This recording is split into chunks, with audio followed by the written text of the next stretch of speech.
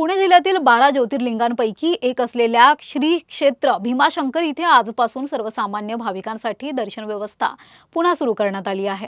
मंदिर परिसरात सुरू असलेल्या विकास आणि दुरुस्तीच्या कामांमुळे काही दिवसांपासून ऑनलाईन पासधारकांनाच दर्शनाची परवानगी देण्यात येत होती, मात्र आता ती सक्ती शिथिल करण्यात आल्याने हजारो भाविकांनी भीमाशंकरकडे धाव घेतली आहे। पहाटेपासूनच मंदिर परिसरात भाविकांच्या लांबच लांब रांगा लागल्याचं चित्र पाहायला मिळतंय।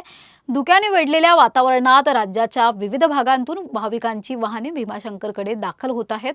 सर्वसामान्यांना दर्शनाची संधी उपलब्ध झाल्याने भाविकांमध्ये आनंदाचं आणि समाधानाचं वातावरण आहे।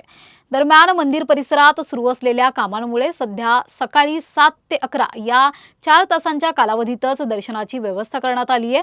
त्यामुळे दर्शनासाठी भाविकांना पहाटेच मंदिर परिसरात हजेरी लावावी लागत आहे। मर्यादित वेळ आणि वाढती गर्दी यामुळे व्यवस्थापनावरही ताण निर्माण होत असला तरी भाविकांना सुरळीत दर्शन मिळावे यासाठी प्रशासन आणि मंदिर समितीकडून आवश्यक उपाययोजना करण्यात येत आहेत। ओम सर्वे